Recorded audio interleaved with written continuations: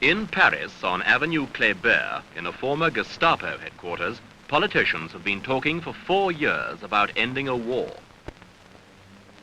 Once a week, on Thursdays, diplomatic cars arrive at the conference center, bringing delegates to talk about a war in which nearly 1 million men have died, the Vietnam War. From North Vietnam, Mr. Xuan Thuy. He arrived in May 1968 when the talks opened. Since then, he and his colleagues have been joined by representatives of the Viet Cong, led by Madam Thai Binh. From the United States, Mr. Henry Cabot Lodge, one of a list of high-level diplomats who have handled the grueling negotiations on behalf of the nation most anxious for peace in Indochina.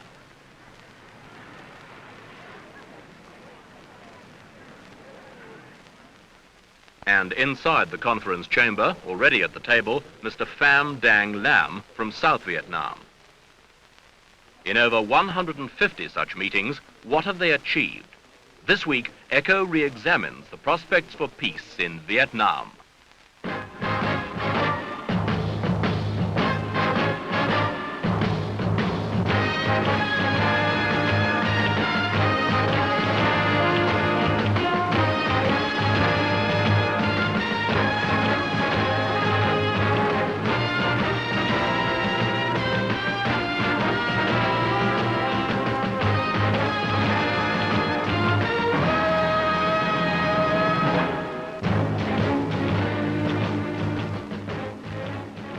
The truth of the matter is that the Paris peace talks, hailed as a major breakthrough in 1968, have by 1972 achieved nothing.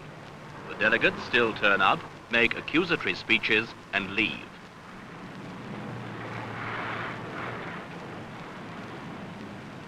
But it's a game of which even the international press has grown weary. Talks, which began in farce with arguments about the shape of the conference table, have degenerated into sterile tragedy. Week in, week out, the delegates play their parts, but it's all become nothing more than a puppet show without an audience, and there's nothing to comment on anymore. Everything that could be said in public has been said, and in the meantime, the war goes on and the casualty lists mount, for the reality of Vietnam is 10,000 miles from this place.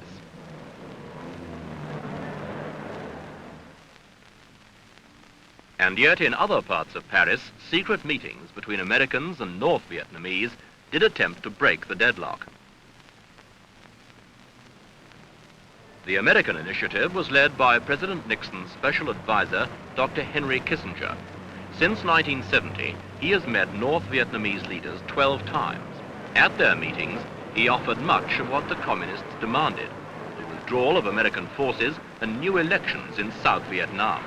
But all offers were rejected or ignored, and the whole American formula publicly rebutted by Hanoi.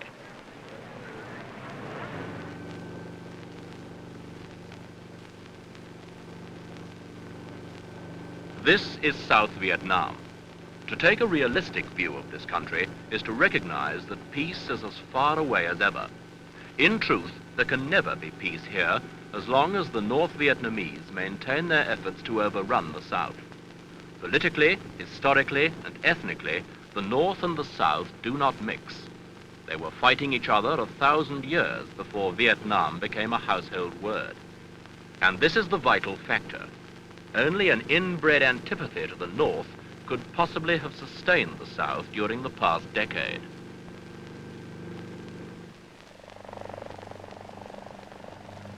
But even a massive commitment to war cannot obscure South Vietnam's growth.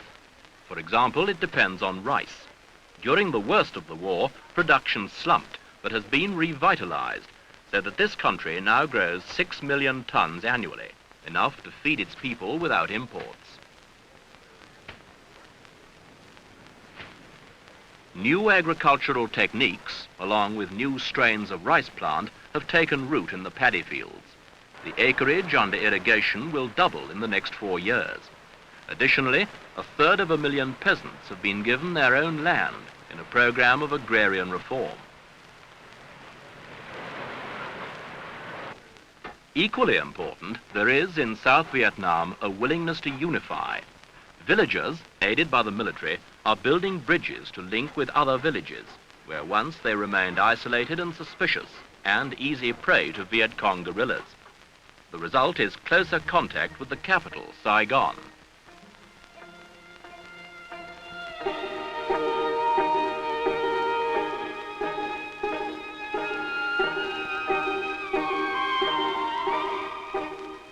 The Mekong River connects South Vietnam with the outside world, serving as an artery for the nation's trade and commerce. Intense development of the port of Saigon has made it the biggest and most efficient trading port between Singapore and Hong Kong. Formerly only handling the massive inflow of men and material needed for the war, it has now switched to more peaceful uses.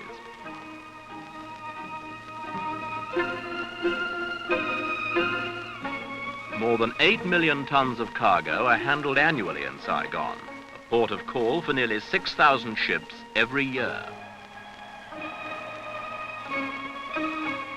Goods are moved quickly along the waterways flowing into the Mekong and on the new highways, first built to transport the paraphernalia of war. But with the noise of battle receding to South Vietnam's borders, the work of reconstruction gathers momentum. Schools and hospitals have doubled in number during the past 5 years. Then there were no medical centers in the villages. Now there are over 400. War has taught the South Vietnamese about electricity supply and the need to modernize peasant industry. And it has taught them a lot of other things too.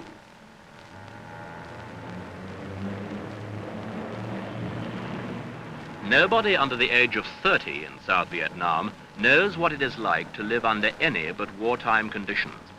Nobody has ever asked them what they want. If they were asked, their answer would probably be nothing more ambitious than to be left alone in peace.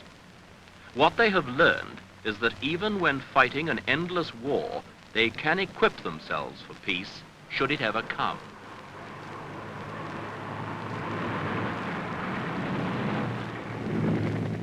But will it ever come? The answer lies in the tortured thinking of the men in Hanoi and Peking. What South Vietnam has achieved, it has had to achieve while committing 1 million of its best young men to fighting a war from which their American support is being gradually withdrawn. To the Americans, the name of the game is Vietnamization. It means simply equipping South Vietnam to fight its own battles.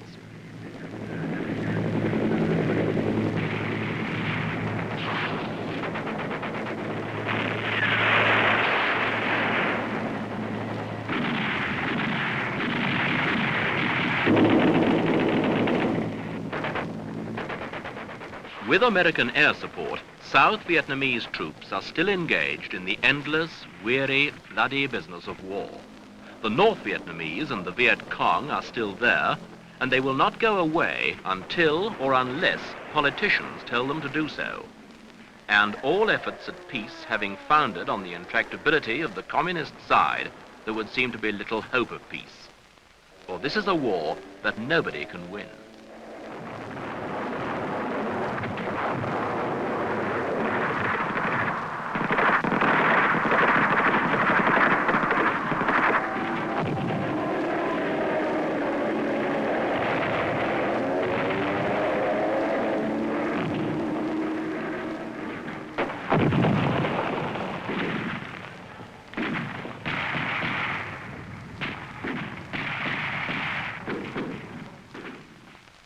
There are only losers.